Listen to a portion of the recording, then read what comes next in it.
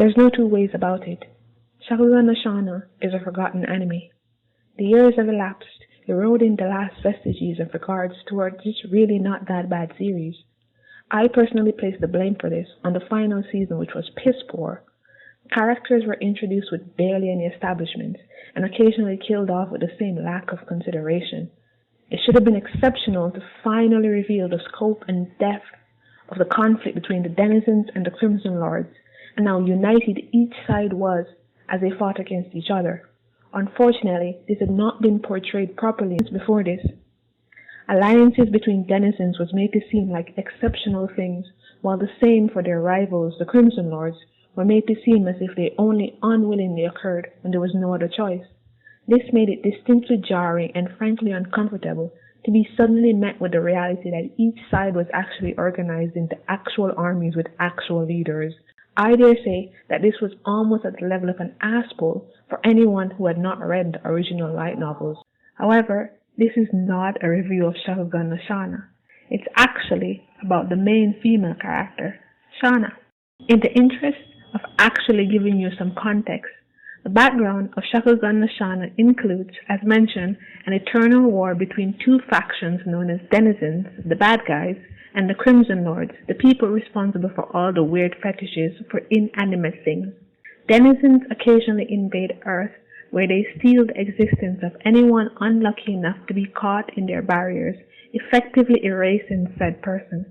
And it's the Crimson Lord's self-appointed task to stop such things from occurring.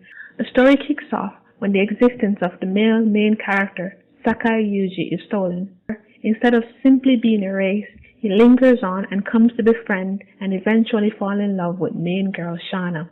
Before I go any further, I just want to highlight how terrifying the fates of those eaten by the denizens are. As mentioned, the person is erased from existence and also from the minds of anyone who ever knew them, and from photographs, records, and the like, to become someone who has never existed. Outside of the existential dread of this, there are two opposing but equally creepy outcomes for the quote-unquote leftovers. Imagine that a person legally bought a customized gun with customized ammo and left behind evidence that they did so. Then the person proceeded to use said gun and bullets to shoot someone. Then, the precise picosecond before the bullet entered the heart of the victim, a denizen showed up and erased the shooter, but not the victim. Do the bullets, gun, and records get erased because they must in order to create the illusion that the person never existed? What about the victim? Is it that they were never shot, and so their wounds heal and they effectively cheat death?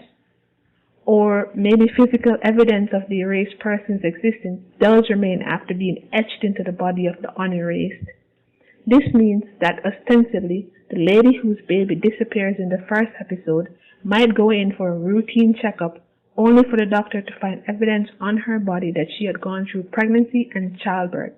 This would mean that this poor woman would be doomed to a life wondering what had happened to her baby and why she doesn't remember it, while she slowly falls into the abyss of inevitable madness brought on by the uncertainty. Anyway, Shana is a flame haze, meaning a servant of a Crimson Lord, and she is able to channel the power of her master to carry out some good old-fashioned racially prejudiced slaughter, cause, lest you forget, not all denizens are irrepressible monsters. In terms of personality, Shana is somewhat of a tsundere, but tsundere in really the most classic sense of the term.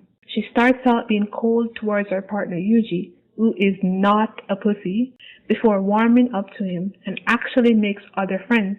Shana is one of those tsunderes that can be forgiven because of course she has a dearth of social skills from growing up with a talking necklace, a monotone maid who can't cook, and a fucking skeleton.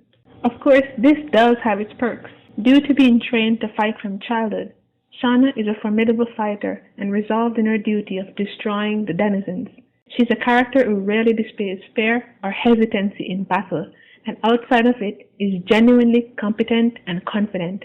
In my opinion, she's a character that's better than what the show eventually became.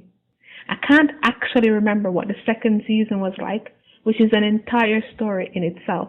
However, I do remember some teenage drama that dragged the show down and contributed to the uneven characterization of Shauna, Yuji, and their friends across the series as a whole. But forget that. Shauna is a likable anime girl, possessing spirit, merit, and a really cool sword. And it's a doggone shame that she has been forgotten. 少女よ今こそ振りほどき立ち上がれ